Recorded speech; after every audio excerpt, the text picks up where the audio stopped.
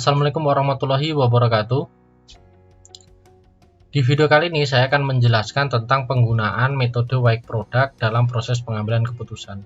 Nah, di video sebelumnya kita sudah belajar menggunakan metode Simple Additive Weighting dalam proses pengambilan keputusan, baik itu dengan menggunakan single attribute ataupun multiple attribute.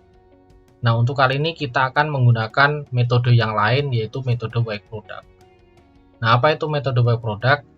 Jadi metode Wake Product ini adalah salah satu metode penyelesaian untuk menyelesaikan masalah multi attribute decision making. Nah, menurut Yon, jadi metode Wake Product menggunakan perkalian untuk menghubungkan rating atribut, di mana rating setiap atribut harus dipangkatkan dulu dengan bobot atribut yang bersangkutan. Untuk tahapannya sendiri, itu yang pertama yaitu tahap perbaikan bobot. Jadi bobot yang sudah ditentukan itu tidak bisa digunakan secara langsung pada metode Wake Product, tetapi harus kita lakukan perbaikan dulu agar nanti nilainya itu sama, sehingga pada saat proses perhitungan nanti tidak terjadi kesalahan ataupun perbandingan yang tidak sama dengan kriteria yang lain. Untuk metode yang kedua yaitu perhitungan vektor atau nilai preferensi dari vektor S. Jadi nanti untuk matriks Xij-nya akan dipangkatkan dengan bobot yang tadi sudah dilakukan perbaikan. Terus tahap ketiga yaitu preferensi relatif dari setiap alternatif yang ada, atau pada tahapan ini kita lakukan proses perankingan. Langsung saja kita ke Microsoft Excel, kita akan praktekkan tentang cara penggunaan metode Wake Product. Jadi saya menggunakan Microsoft Excel ini untuk mempermudah dalam proses perhitungan. Jadi kalau misalkan kalian mau menggunakan aplikasi yang lain silahkan, ataupun menggunakan secara manual, menghitung manual dipersilahkan, tapi pasti akan lebih sulit di dalam proses perhitungan. Di sini untuk kasusnya itu masih sama dengan kasus yang sebelumnya, yaitu kasus menganalisa produk smartphone terbaik di harga 2 jutaan. Nah, untuk kriterianya sendiri itu dari yang pertama RAM, terus kedua memori, ukuran kamera belakang, kamera depan, baterai, dan juga yang terakhir harga. Untuk nilainya, untuk bobot nilainya ini dilihat dari sini. Kita sudah tentukan.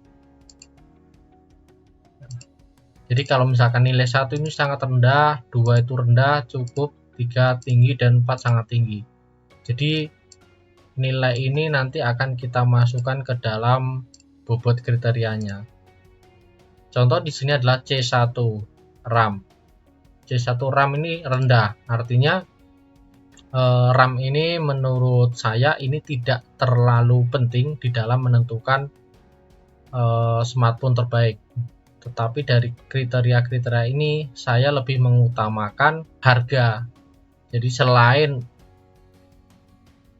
performa, harganya pun juga yang lebih bagus, artinya lebih murah gitu. Seperti halnya di video sebelumnya, untuk C7 ini juga atributnya bersifat cost atau biaya. Oke, jadi ini adalah tabelnya. Tabelnya juga masih sama dengan tabel sebelumnya, nilainya juga sama, dan nanti kita akan lihat nilainya untuk WP dan SAW apakah ada perbedaan atau tidak.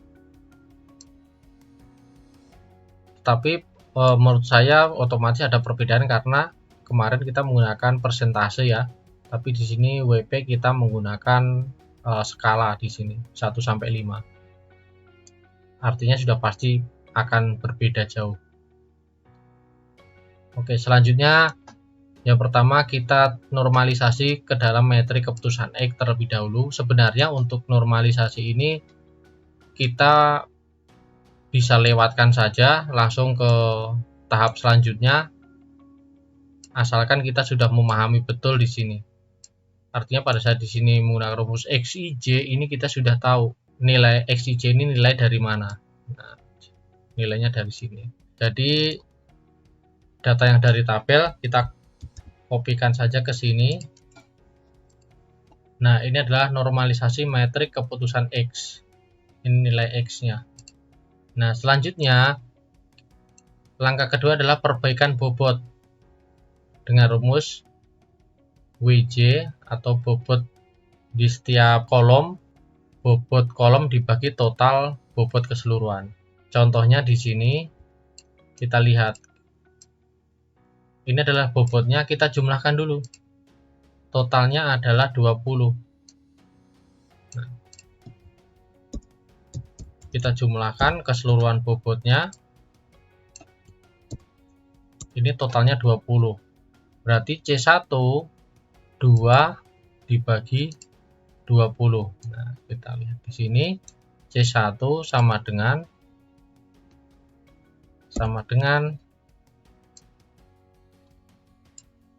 F7 atau 2 dibagi 20. Enter.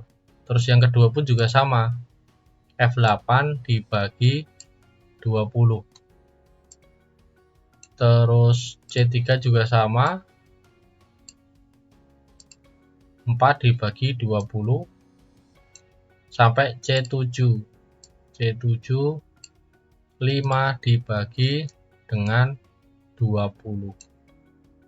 Kita lihat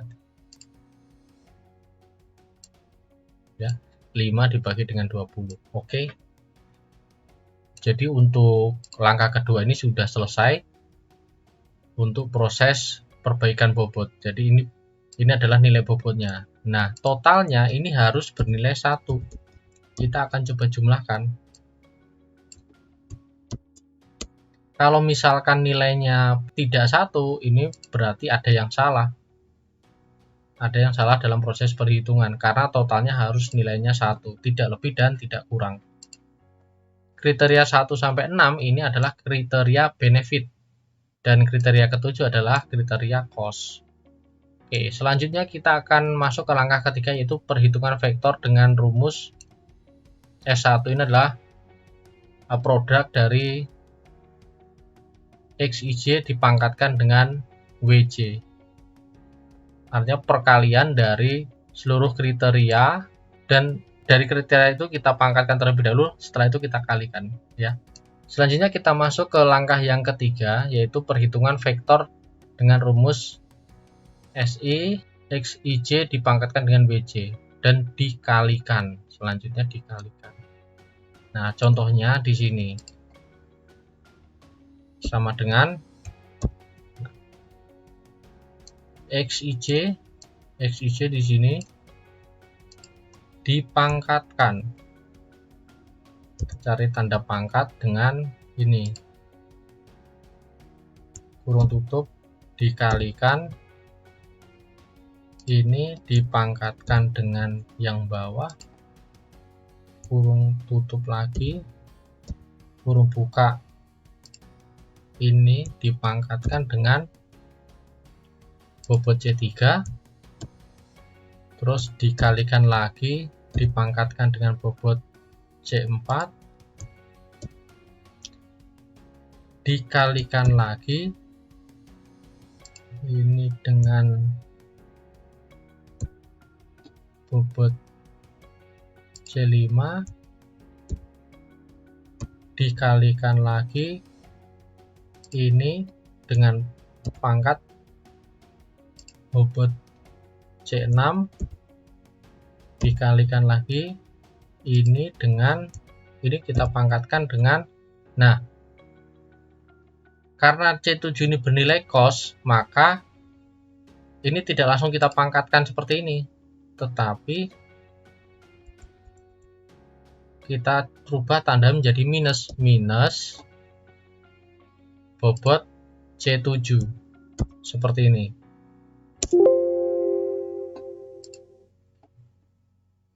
Oke, ini hasilnya ya. Nah, sekarang kita akan kalikan semuanya. Jadi setiap baris ini kita akan kalikan dengan bobot yang ada di sini. Nah, supaya cepat kita langsung copy saja rumusnya, tapi terlebih dulu kita buat absolut di baris ke 53.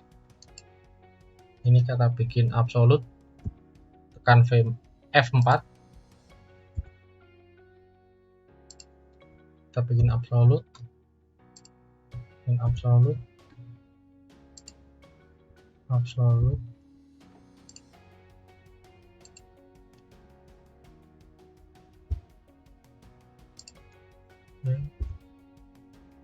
Oke.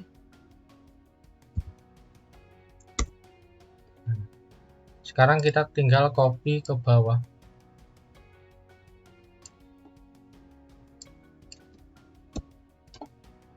Oke.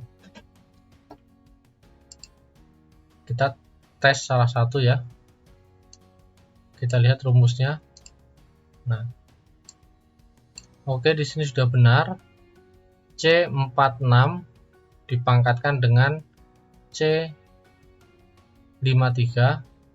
D46, D53, E46, E53, F46, F53, G46, G53, H46, H53, dan terakhir I46 dan I53. Oke, sudah benar. Jadi langkah ketiga sudah selesai. Selanjutnya yaitu langkah terakhir, proses perankingan. Nah, di proses perankingan ini rumusnya adalah sama dengan, oke, di proses ketiga kita jumlahkan dulu totalnya, sum dari sini sampai bawah, S1 sampai S10. Nah, oke.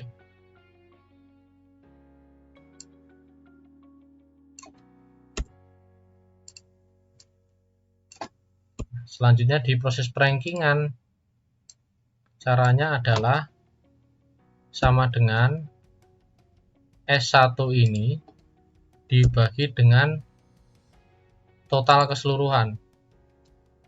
Enter. Nah,